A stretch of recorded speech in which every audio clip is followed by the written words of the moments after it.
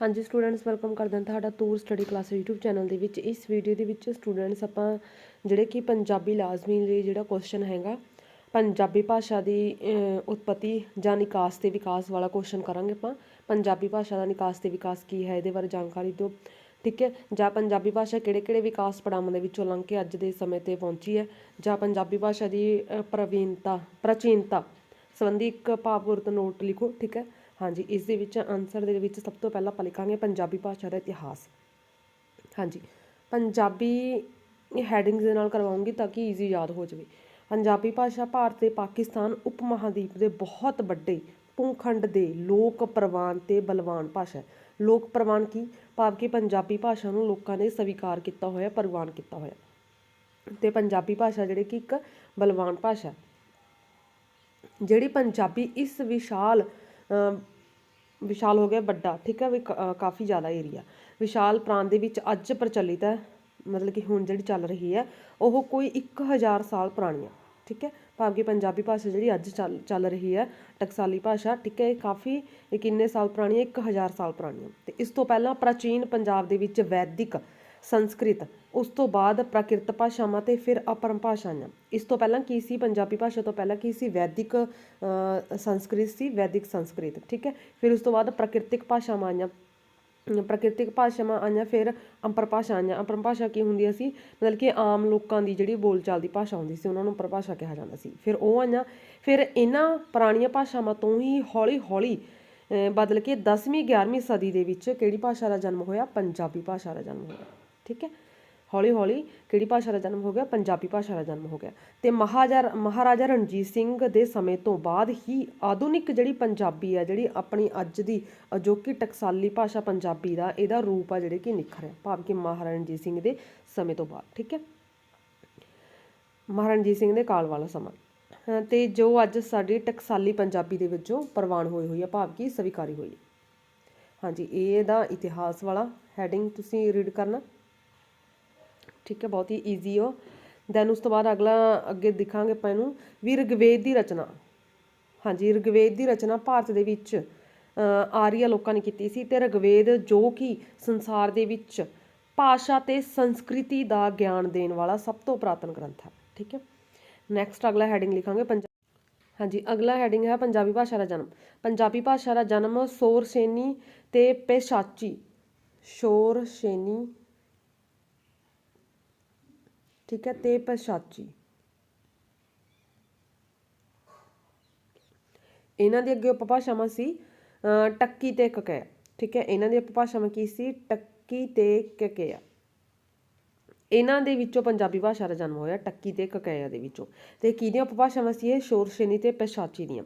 जिवें कि पंजाबी भाषा जिहड़े कि उपभाषावां किहड़े ने माझी दुआबी मलवई है ना, पोठोहारी कांगड़ी, ये सारे पंजाबी दियां जिहड़ी कि अगे उपबोलियां ने, उपभाषावां ने। एवें ही जिहड़ी शोर सैनी ते पेशाची सी इन्हां उपभाषा दियां अगे उपभाषावां सी टक्की ते ककैया। टक्की ते ककैया दे विचों पंजाबी भाषा का जन्म हुंदा।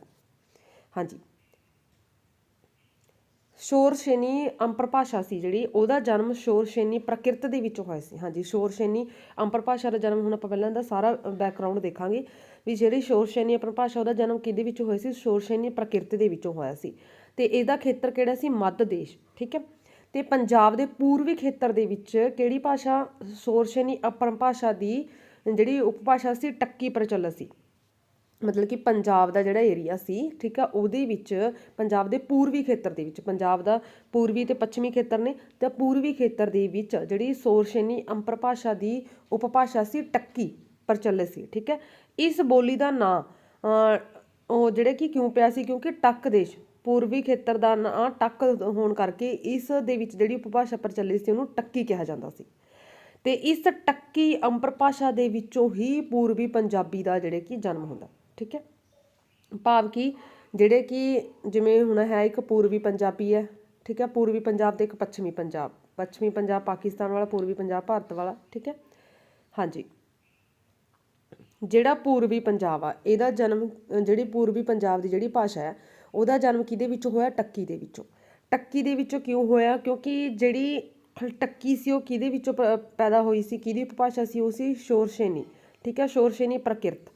ਤੇ ਇਹ ਮੱਧ ਦੇਸ਼ ਦਾ ਜਿਹੜਾ ਕਿ ਇਲਾਕਾ ਸੀ ਤੇ ਇਹਦੇ ਵਿੱਚ ਇਹ ਜਿਹੜੀ ਉਪਭਾਸ਼ਾ ਸੀ ਟੱਕੀ ਪ੍ਰਚਲਿਤ ਸੀ। ਉਹ ਟੱਕੀ ਕਿਉਂ ਪ੍ਰਚਲਿਤ ਸੀ? ਕਿਉਂਕਿ ਟੱਕ ਕਬੀਲਾ ਹੋਣ ਕਰਕੇ ਉਸ ਇਲਾਕੇ ਦਾ ਨਾਂ ਜਿਹੜੇ ਕਿ ਜਿਵੇਂ ਕਿ ਪੰਜਾਬ ਨੂੰ ਟੱਕ ਕਬੀਲੇ ਹੋਣ ਕਰਕੇ ਟੱਕੀ ਵੀ ਕਿਹਾ ਜਾਂਦਾ ਸੀ, ਠੀਕ ਹੈ, ਟੱਕ ਦੇਸ਼ ਵੀ ਕਿਹਾ ਜਾਂਦਾ ਸੀ।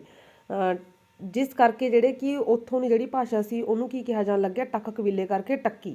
ਤੇ ਇਸੇ ਟੱਕੀ ਭਾਸ਼ਾ ਦੇ ਵਿੱਚੋਂ ਹੀ ਪੂਰਬੀ ਪੰਜਾਬੀ ਦਾ ਜਿਹੜੇ ਕਿ ਜਨਮ ਹੁੰਦਾ, ਠੀਕ ਹੈ। ਤੇ ਹੁਣ ਆਪਾਂ ਦੇਖਦੇ ਹਾਂ ਪੱਛਮੀ ਪੰਜਾਬੀ ਦਾ ਜਨਮ।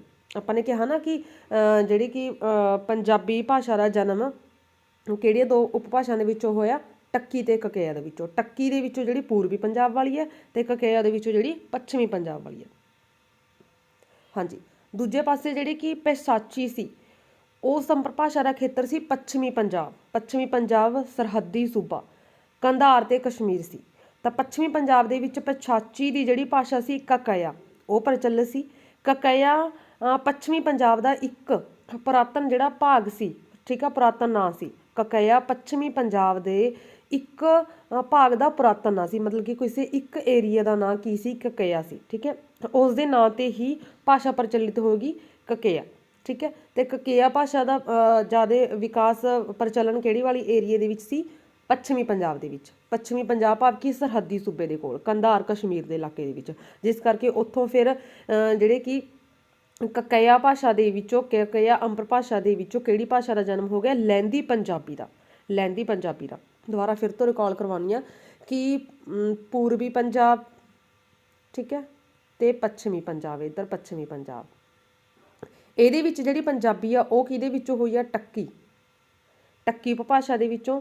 ਪੱਛਮੀ ਪੰਜਾਬ ਦੀ ਪੰਜਾਬੀ ਹੈ ਜਿਹੜੀ ਕਿ ਉਹ ਕਿਹਦੇ ਵਿੱਚੋਂ ਹੋਈ ਹੈ? ਕਕੇਆ ਉਪਭਾਸ਼ਾ ਦੇ ਵਿੱਚੋਂ। ਤੇ ਟੱਕੀ ਤੇ ਕਕੇਆ ਕਿਹਦੀਆਂ ਉਪਭਾਸ਼ਾਵਾਂ ਨੇ? ਇਹ ਹੈਗੀਆਂ ਨੇ ਸ਼ੋਰ ਸ਼ੇਨੀ ਤੇ ਪੈਸਾਚੀ ਦੀਆਂ। ਸ਼ੋਰ ਸ਼ੇਨੀ ਦੇ ਵਿੱਚੋਂ ਟੱਕੀ ਨਿਕਲੀ, ਪੈਸਾਚੀ ਦੇ ਵਿੱਚੋਂ ਕਕੇਆ ਨਿਕਲੀ, ਠੀਕ ਹੈ। ਹੁਣ ਆਈ ਹੋਪ ਤੁਹਾਨੂੰ ਸਮਝ ਲੱਗ ਗਈ ਹੋਣੀ।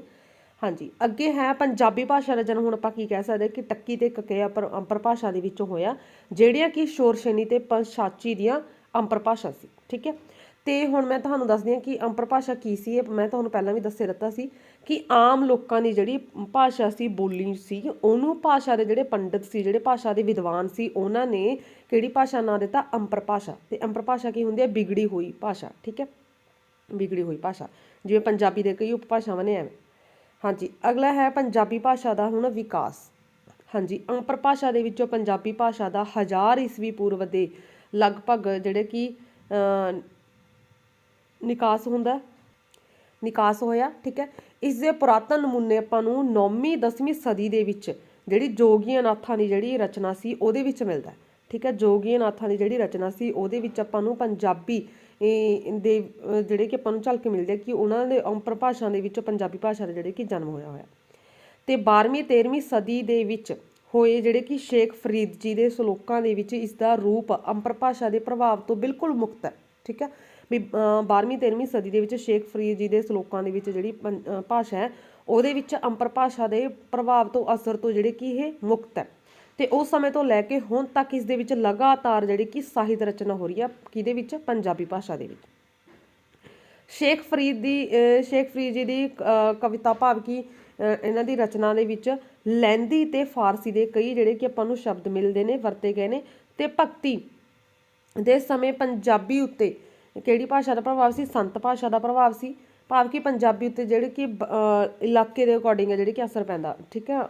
ਇਲਾਕੇ ਦੇ ਅਕੋਰਡਿੰਗ, ਜਿਵੇਂ ਅੱਜ ਵੀ ਆਪਾਂ ਇਲਾਕੇ ਦੇ ਅਕੋਰਡਿੰਗ ਦੁਆਬੀਆਂ ਦੀ ਪੰਜਾਬੀ ਭਾਸ਼ਾ ਨੂੰ ਹੋਰ ਲਹਿਜੇ ਦੇ ਨਾਲ ਬੋਲਦੇ ਨੇ, ਮਾਝੇ ਵਾਲੇ ਹੋਰ ਇਲਾਕੇ ਹੋਰ ਤਰੀਕੇ ਨਾਲ ਬੋਲਦੇ ਨੇ, ਹੈ ਨਾ, ਮਲਵਈ ਜਿਹੜੇ ਕਿ ਹੋਰ ਤਰੀਕੇ ਨਾਲ ਬੋਲਦੇ ਨੇ, ਐਵੇਂ। ਤੇ ਸ਼ਾਹ ਹੁਸੈਨ, ਸੁਲਤਾਨ ਬਾਹੂ, ਬੁੱਲੇ ਸ਼ਾਹ, ਇਹਨਾਂ ਦੀਆਂ ਕਾਫੀਆਂ ਕੇਂਦਰੀ ਪੰਜਾਬੀ ਦਾ ਉੱਤਮ ਨਮੂਨਾ ਨੇ, ਠੀਕ ਹੈ। ਕੇਂਦਰੀ ਪੰਜਾਬੀ ਭਾਵ ਕਿ ਟਕਸਾਲੀ ਪੰਜਾਬੀ। ਹਾਂਜੀ, 18ਵੀਂ ਫਿਰ ਅੱਗੇ ਹੈ 18ਵੀਂ ਸਦੀ। 18ਵੀਂ ਸਦੀ ਦੇ ਵਿੱਚ ਤੁਸੀਂ ਹੈਡਿੰਗ ਵੀ ਬਣਾ ਸਕਦੇ ਹੋ 18ਵੀਂ ਸਦੀ, ਠੀਕ ਹੈ। 18ਵੀਂ ਸਦੀ ਦੇ ਵਿੱਚ ਮੁਸਲਮਾਨੀ ਜ਼ੋਰ ਹੋਣ ਦੇ ਕਰਕੇ ਪੰਜਾਬੀ ਭਾਸ਼ਾ ਉੱਤੇ ਕਿਹੜੀ ਭਾਸ਼ਾ ਦਾ ਪ੍ਰਭਾਵ ਪੈ ਗਿਆ? ਫਾਰਸੀ ਭਾਸ਼ਾ ਦਾ, ਕਿਉਂਕਿ 18ਵੀਂ ਸਦੀ ਦੇ ਵਿੱਚ ਜਿਹੜੇ ਕਿ ਮੁਸਲਿਮ ਰਾਜ ਸੀ, ਜਿਸ ਕਰਕੇ ਭਾਸ਼ਾ ਉੱਤੇ ਕਿਹਦਾ ਅਸਰ ਪੈ ਗਿਆ? ਫਾਰਸੀ ਭਾਸ਼ਾ ਦਾ। ਤੇ ਕਵਿਤਾ ਦਾ ਡੂੰਘਾ ਪ੍ਰਭਾਵ ਫਾਰਸੀ ਭਾਸ਼ਾ ਦਾ ਜਿਹੜੇ ਕਿ ਕਵਿਤਾ 'ਤੇ ਵੀ ਡੂੰਘਾ ਪ੍ਰਭਾਵ ਪਿਆ, ਤੇ ਸਿੱਖ ਰਾਜ ਦੇ ਸਮੇਂ ਫਿਰ ਅਗਲਾ ਹੈਡਿੰਗ ਕੱਢ ਸਕਦੇ ਜਿਵੇਂ ਸਿੱਖ ਰਾਜ, ਠੀਕ ਹੈ। ਤੇ ਸਿੱਖ ਰਾਜ ਦੇ ਸਮੇਂ ਰਾਜ ਦਰਬਾਰੀ ਭਾਸ਼ਾ ਫਾਰਸੀ ਹੀ ਰਹੀ ਆ। ਜਿਵੇਂ ਮਹਾਰਾਜਾ ਰਣਜੀਤ ਸਿੰਘ ਨੇ ਜਿਹੜੇ ਕਿ ਕਾਫੀ ਜ਼ਿਆਦਾ ਰਿਕਾਰਡ ਕਿਹੜੀ ਭਾਸ਼ਾ ਦੇ ਵਿੱਚ, ਫਾਰਸੀ ਭਾਸ਼ਾ ਦੇ ਵਿੱਚ, ਠੀਕ ਹੈ।